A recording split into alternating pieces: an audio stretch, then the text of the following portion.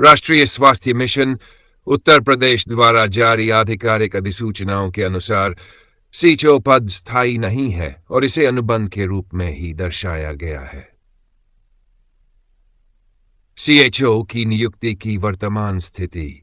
नियुक्ति का प्रकार अनुबंध आधारित। कार्यस्थल ग्राम स्तर के health and wellness centre HWCs।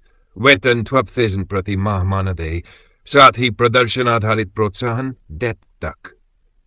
न्यूनतम सेवा अवधि नियुक्ति के समय 2.5 लाख के बॉन्ड के साथ न्यूनतम 3 वर्षों की सेवा अनिवार्य। स्थायी नियुक्ति की संभावना। वर्तमान में NHMUP द्वारा सीएचओ पद को स्थायी करने के संबंध में कोई आधिकारिक घोषणा या नीति नहीं जारी की गई है। हालांकि सरकार के पास अनुबंधित कर्मचारियों को स्थायी करने का अधिकार है, लेकिन इसके लिए कोई निर्धारित समय सीमा या प्रक्रिया घोषित नहीं की गई है।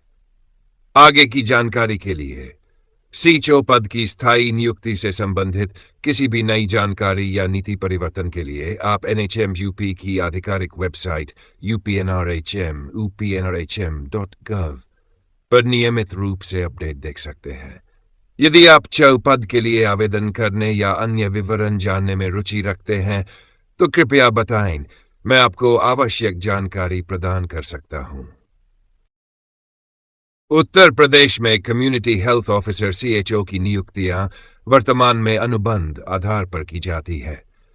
राष्ट्रीय स्वास्थ्य मिशन उत्तर प्रदेश द्वारा जारी आधिकारिक अधिसूचनाओं के अनुसार सीएचओ पद स्थायी नहीं है और इसे अनुबंध के रूप में ही दर्शाया गया है। सीएचओ की नियुक्ति की वर्तमान स्थिति। नियुक्ति का प्रकार अनुबंध आधारित। कार्यस्थल ग्राम स्तर के health and wellness centre HWCs। वेतन 12,000 प्रति माह मानदेय, साथ ही प्रदर्शन आधारित प्रोत्साहन डेथ तक।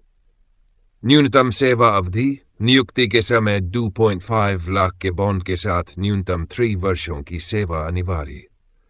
स्थायी नियुक्ति की संभावना।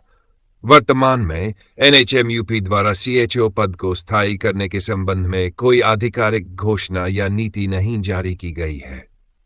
हालांकि सरकार के पास अनुबंधित कर्मचारियों को स्थायी करने का अधिकार है, लेकिन इसके लिए कोई निर्धारित समय सीमा या प्रक्रिया घोषित नहीं की गई है।